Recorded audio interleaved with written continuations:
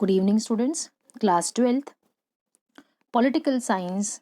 Here is the sixth video of chapter number 4, India's Foreign Policy. In this video, we will study about war and peace with Pakistan, or particularly we will concentrate over the relations between India and Pakistan. Let's start our topic. War and peace with Pakistan. हम लोग बेटा जब भी India और पाकिस्तान के बारे में बात करते हैं तो हमारे लिए जम्मू कश्मीर का मैप का लोकेशन देखना या वहाँ पर पर्टिकुलरली किस तरीके से काम किया जा रहा है उसके बारे में देखना हमारा थोड़ा ज़रूरी हो जाता है, क्योंकि हमारे लोकेशन को समझना पॉलिटिकल रिलेशंस के साथ साथ बहुत ज़रूरी है। हम लोग जब बेटा पाकिस्तान के बारे में बात करते हैं तो ये जो प्रॉब्लम है इंडिया और पाकिस्तान के बीच में, वो 1947 से पर्टिकुलरली जम्मू एंड कश्मीर के साथ चलती आ रही है। 1947 के अंदर अटैक किया गया इंडिपेंडेंस के एकदम बाद ही, जब फर्स्ट कश्मीर वॉर के नाम से जिसे हम जानते हैं। तो उस अटैक के बाद जो एरिया है, ये जो ग्रीन कलर से जो एरिया आप लोग देख रहे हैं, ये पूरा का पूरा एरिया कंट्रोल में ले लिया गया, ठीक है। और इसके बाद जो एक नया बॉर्डर हमने बनाया जिसका नाम हमने रखा लाइन ऑफ कंट्रोल, LOC के नाम से जिसे आप जानते हैं, ठीक है। बाकी ये जो येलो वाला पार्ट है ये पूरा का पूरा इंडियन टेरिटरी के अंदर आता है, ठीक है। और ये अक्साई चाइना वाला एरिया, इसके बारे में पिछली वीडियो चाइनीज़ गवर्नमेंट के साथ जो हमारे रिलेशन है उसके अंदर हमने बात की है। और कुछ एरिया है जिसको पाकिस्तान और चाइना कुछ हद तक दोनों मिलकर ही चला रहे हैं, तो इसके बारे में हम लोग ज़्यादा बात नहीं करेंगे। We will particularly talk about LOC और जो पाकिस्तान ऑक्यूपाइड कश्मीर जो POK है हम उसके बारे में बात करेंगे इस पर्टिकुलर टॉपिक में। तो war and peace with Pakistan. In the case of Pakistan, the conflict started just after the partition over the dispute on the Kashmir। तो 1947 के अंदर जब डिस्प्यूट हुआ या जो फर्स्ट कश्मीर वॉर जिसके नाम से आप जानते हैं, तो उसके बारे में हम लोग या वहाँ से प्रॉब्लम होनी स्टार्ट हुई। You will read more about the dispute in the chapter number 8। जब हम लोग किस तरीके से चैप्टर नंबर 8 अभी हाल ही में सिलेबस में आपके नहीं है तो हम उसको इतना डिटेल में नहीं देख पाएंगे, बट हम लोग हम लोग कुछ ना कुछ एस्पिरेशंस या कुछ ना कुछ हमने जो प्रिंसली स्टेट्स का जो मुद्दा है वो हमने पहले डिस्कस किया है। अब प्रॉक्सी वॉर, या मैं कहूँ कि एक डायरेक्टली एंगेजमेंट नहीं था वॉर में, but yes indirectly one on one war हुआ out between India and Pakistan armies in Kashmir. During the 1947 itself,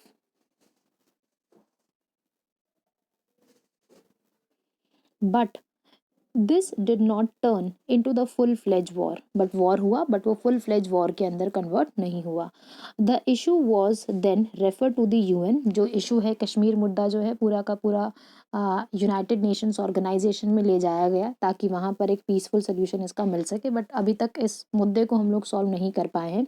Pakistan soon emerged as a critical factor in India's relation, क्योंकि पाकिस्तान के साथ पीसफुल रिलेशंस बनाना India का शुरू से ही एक ऑब्जेक्टिव रहा है, बट समहाउ कहीं ना कहीं हम लोग पीसफुल रिलेशंस नहीं बना पा रहे हैं, जिसका इम्पैक्ट हमें रीजनल लेवल पर कई बार देखने को मिला है, जिसके बारे में हमने सार्क में भी बात की है कि जब भी प्रॉब्लम्स होती हैं तो इंडिया और पाकिस्तान का मुद्दा या कश्मीर मुद्दा सामने उठ जाता है और हम लोग किसी रिजल्ट पर नहीं पहुंच पाते। तो ये सब चीज़ें हम लोगों ने पहले डिस्कस की हैं। The Kashmir conflict did not prevent cooperative, या कोऑपरेशन नहीं हो रहा किसी भी तरीके से कश्मीर का जो कॉन्फ्लिक्ट है उसके ऊपर। And both the government work together to restore the women. पर हम लोग कहीं ना बताए, देखो कहीं ना कहीं हमने एग्रीमेंट करने की कोशिश की है कि भैया जब भी पार्टीशन हुआ उस टाइम पीरियड पे जो फीमेल्स हैं या जो बच्चे हैं जो अपनी फैमिली से बिछड़ गए, हम उन्हें कहीं ना कहीं उनको सेटल डाउन करा दें या फिर उनकी फैमिली से मिलवा दें। तो कुछ हद तक हमने कुछ रिजॉल्व करने की कोशिश की है इश्यूज को, but in a long term dispute about the sharing of river water, जैसे एक इशू और है जिसको हमने सॉल्व करने की कोशिश की, जिसको पर्टिकुलरली वर्ल्ड बैंक की हेल्प से हमने सॉल्व किया। जो रिवर वाटर डिस्ट्रीब्यूशन था पार्टीशन के टाइम पीरियड पर प्रॉपरली नहीं हो पाया था, पर्टिकुलरली इंदस वाटर ट्रीटी जो साइन हुई, तो उसका भी हम लोग एक फेवर मान के चलते हैं कि हमने एक ट्रीटी जो है हम दोनों की आपस के अंदर वो पीसफुली साइन की हुई है और हम लोग उसे फॉलो भी कर रहे हैं। तो इंडस वाटर ट्रीटी 1960s के अंदर साइन की गई, जिसको हम लोग या दुनिया के अंदर सबसे ज़्यादा पीसफुली साइन की गई ट्रीटी या सक्सेसफुल ट्रीटी में काउंट की जाती है उन नेशंस के बीच में जिनमें बहुत ज़्यादा कॉन्फ्लिक्ट चल रहे हों। तो वर्ल्ड बैंक की हेल्प से नेहरू और जनरल अयूब खान के बीच में ये ट्रीटी साइन हुई और आज तक हम इसे फॉलो कर रहे हैं। इसके बाद है बेटा a more serious armed conflict between the two countries began in 1965। जैसे कि सब लोग जानते हैं, अभी पिछली वीडियो में भी हमने देखा कि 1962 में इंडिया और चाइना के बीच में वॉर हुआ और उस वॉर के बाद चाइना को लगा या पाकिस्तान को पर्टिकुलरली लगा कि शायद इस टाइम पर जो आपका इंडिया है वो थोड़ा वीक है, या इस टाइम पीरियड पर अगर इंडिया पर अटैक किया जाएगा तो शायद इंडिया को हराने की जो पॉसिबिलिटी है वो थोड़ी बढ़ाई जा सकती है। बट कहीं ना कहीं उसकी जो पॉसिबिलिटीज़ रही वो रॉन्ग मिथ में कन्वर्ट हो गई और शायद 1965 के वॉर के पीछे एक सबसे बड़ा कारण ये भी माना जाता है कि 1962 की वॉर के अंदर इंडिया अभी हारा है और अभी वीक है और उसके ऊपर अभी अटैक किया जाएगा तो वो जल्दी ही हार जाएगा। बट जो वॉर है उसका जो ऑब्जेक्टिव था वो पूरा शायद नहीं हो पाया और 1965 के अंदर A more serious armed conflict between the two countries began in 1965. As you have already मतलब हम लोग इसको डिटेल में बेटा नेक्स्ट चैप्टर में देखेंगे जब लाल बहादुर शास्त्री के टाइम पीरियड को हम लोग पढ़ेंगे। तो by then Lal Bahadur Shastri was the prime minister at that point of time और उन्होंने कुछ टाइम पीरियड पहले ही प्राइम मिनिस्टर का चार्ज अपने हाथ में लिया था। In April 1965 Pakistan launched arm attacks in the run of Kutch. Gujarat की साइड से उन्होंने अटैक करना स्टार्ट किया। This was followed by a bigger offensive in Jammu and Kashmir, यानी कि गुजरात की तरफ से जम्मू एंड कश्मीर दोनों तरफ से इंडियन आर्मी के ऊपर या फिर इंडिया के ऊपर अटैक किया गया in August and September. Pakistani ruler were hoping to get support from the local population there. उनको ये लगा था कि जो लोकल इस्लामिक पॉपुलेशन है वो उनको सपोर्ट करेगी, बट उनकी तरफ से कोई सपोर्ट उनको ज़्यादा नहीं मिला। But did not happen it in order to ease the pressure on the Kashmir front, Shastri ordered a nation, yeah, Indian troops to launch a counter offensive on Punjab border in the fence battle and Indian army reach close to Lahore. और हम लोगों ने एक पूरा offensive battle हुआ दोनों के बीच में और उस बैटल के अंदर हम लोगों को ये भी देखने को मिला कि या दुनिया के सामने ये समझ में आ गया कि हम लोग हमेशा पीसफुल ट्रीटी के साथ काम नहीं करते और पंजाब बॉर्डर की हेल्प ली गई और पंजाब बॉर्डर से जो लाहौर है पंजाब में, सॉरी पाकिस्तान के अंदर, वहाँ तक इंडियन आर्मी पहुँच गई। तो हमने एक ये भी टाइम पीरियड इंडिया का हमने देखा। ठीक है, इसके बाद हम लोग ये देख रहे हैं बेटा कि किस तरीके से आपके जो कंडीशंस हैं इस पर्टिकुलर वॉर के बाद जो हमारा बैटल हुआ या जो 1965 का जो बैटल हुआ उसको हमने कहीं ना कहीं रिजॉल्व कराने की कोशिश की गई और इसके बाद एक ताशकंद एग्रीमेंट साइन किया गया। यहाँ पर लिखा होना चाहिए ये सिरा। तो ताशकंद एग्रीमेंट साइन किया गया 1966 में ताकि जो कुछ एरियाज दोनों ने एक दूसरे के ऑक्यूपाई किए हैं उसके बीच में कुछ पीसफुल नेगोशिएशंस किए जा सके। The hostility came to an end in the UN intervention जब यूनाइटेड नेशंस ऑर्गेनाइजेशन के अंदर ताशकंद जो कि उस टाइम पीरियड में यूएसएसआर का पार्ट रहा और यूएसएसआर ने भी इसमें इंटरवीन किया और ताकि हम दोनों के बीच में एक पीसफुल नेगोशिएशंस कराए जा सके। Later the Indian prime minister Lal Bahadur Shastri and Pakistan general Ayub Khan के दोनों के बीच में ताशकंद एग्रीमेंट को साइन किया गया और जो उस 1966 के अंदर ताशकंद उस टाइम पीरियड पर एक रीजन या एरिया रहा सोवियत यूनियन का। दो India could inflict considerable military loss on Pakistan in 1965 added to India's already difficult economic situation। But देखो 1962 का वॉर, फिर उसके बाद इंडिया के अंदर फेमाइन आना या अकाल या सूखा पड़ना, फिर एग्रीकल्चर सेक्टर का ज़्यादा अच्छे से काम ना करना, फिर 1965 के अंदर दोबारा एक वॉर हो जाना, तो हमें कहीं ना कहीं इकोनॉमिक्स लॉसेस फेस करने पड़े। इसके बाद बेटा हम लोग बात करेंगे जब इंडिया और पाकिस्तान की बात होती है तो हमेशा हम लोग 1971 का जो बांग्लादेश को इंडिपेंडेंट कराने का जो हमारा वॉर है या जो हमारा सपोर्ट है एक, हम उसके बारे में हमेशा बात करते हैं। And Bangladesh war in 1971। Beginning in 1970s, the Pakistan faced its biggest internal crisis. ठीक है।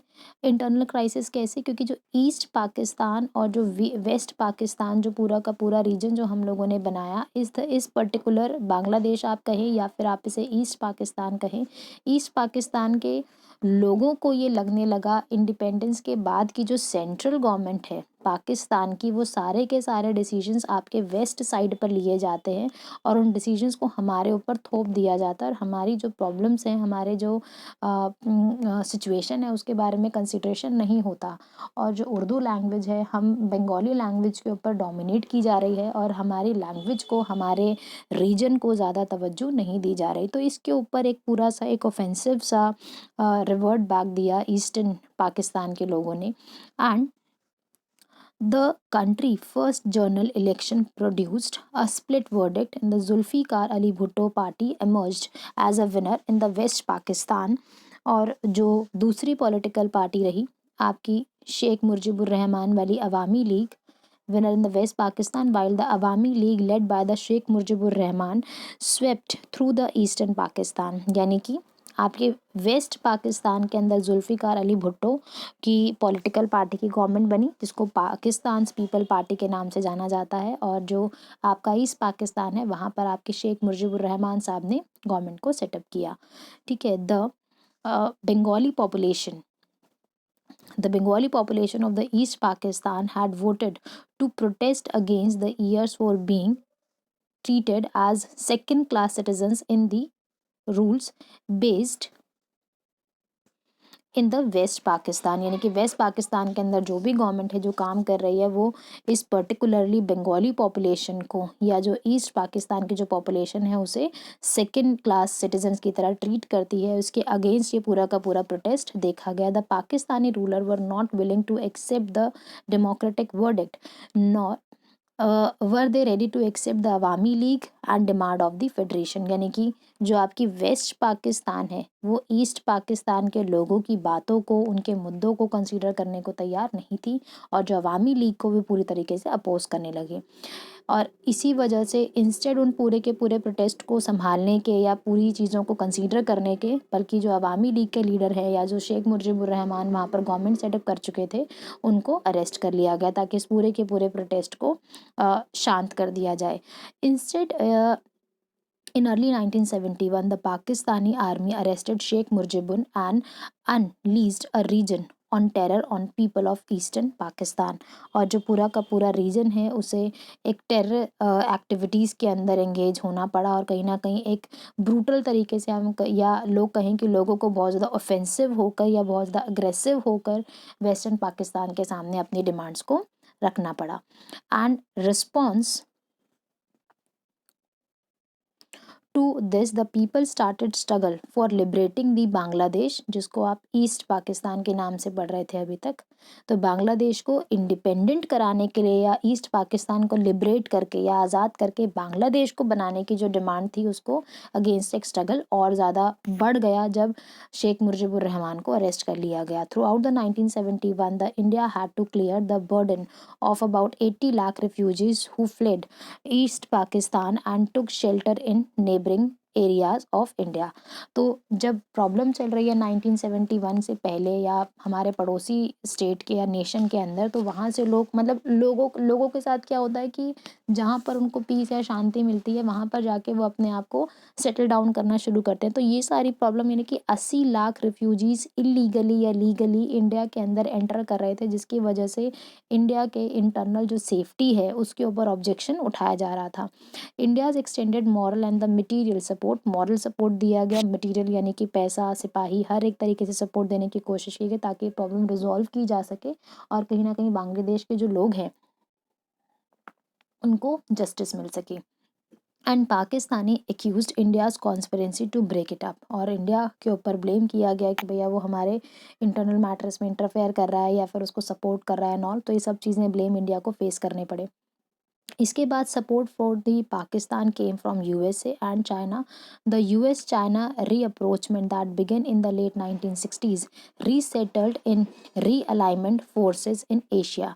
अब यूएसए हमेशा से ही एशिया के अंदर अपना कंट्रोल दिखाने की कोशिश कर रहा था और हमने जैसा कि फर्स्ट बुक में भी देखा कि 1960s के बाद या हम कहें कि 1965 के बाद जो चाइना के जो रिलेशंस हैं दिखाने के लिए वो यूएसएसआर का पार्ट रहा, बट वो बैक बेंच के साथ या बैक बेंच के तरीके से यूएसए को सपोर्ट कर रहा था for her economic development and all.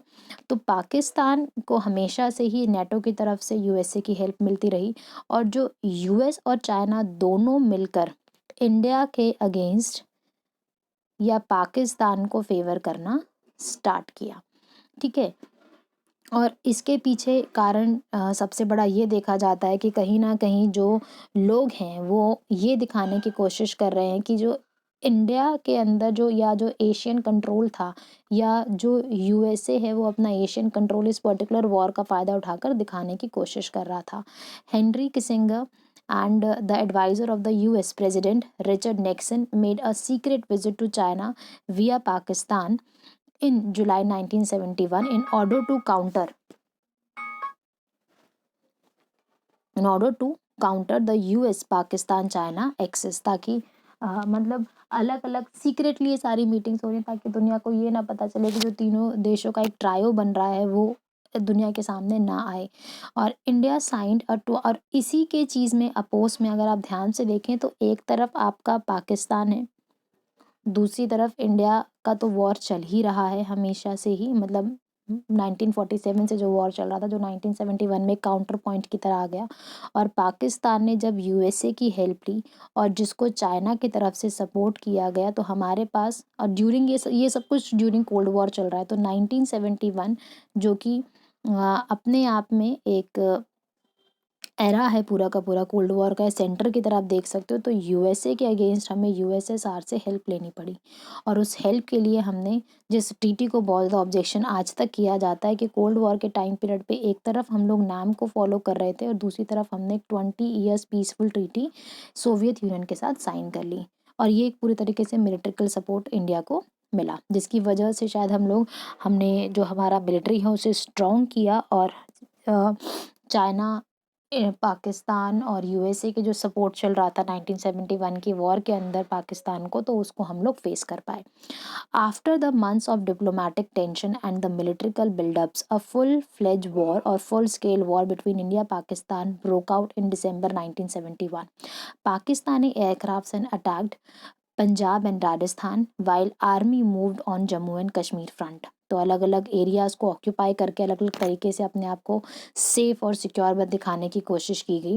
And India retaliated with an attack involving in the air, यानी कि हमने तीनों आर्मीज़ को खड़ा कर दिया, अपने तीनों फोर्सेस को लगा दिया, एयर फोर्स भी इन्वॉल्व है, नेवी भी इन्वॉल्व है, आर्मी भी इन्वॉल्व है ताकि इस वॉर को जीता जा सके in both the western the eastern fronts, ताकि जो आपका ईस्ट पाकिस्तान बन रहा है उस तरफ से भी आपका जो वेस्ट पाकिस्तान वाला रीजन है वहाँ पर भी हम पूरे तरीके से अपने आप को सेफ और सिक्योर करने की कोशिश करें, क्योंकि ना वो एक तरीके से आपने बांग्लादेश को भी हेल्प कर दी तो आपको वो भी देखना है। और उस टाइम पीरियड पर इंदिरा गांधी की गवर्नमेंट चल रही है तो वो अपने आप को एक अलग इमेज में लोगों के सामने प्रेजेंट करना चाह रही है, तो एक वो इमेज भी हमारे पास, मतलब पॉलिटिकल एक कंट्रोवर्सी भी चल रही है उस टाइम पीरियड पे, तो वो सब चीज़ें भी गवर्नमेंट को देखनी थी। इसके अलावा बेटा welcomed and supported by the local population, Indian Army made a rapid progress in eastern Pakistan. Within the 10 days, an Indian Army had surrendered Dhaka from, sorry, Indian army surrounded the Dhaka, यानी कि जो बांग्लादेश की present capital है ढाका तक वो पहुंच गए। जो पाकिस्तानी आर्मी वहां पर काम कर रही थी उनको सरेंडर करवा दिया गया।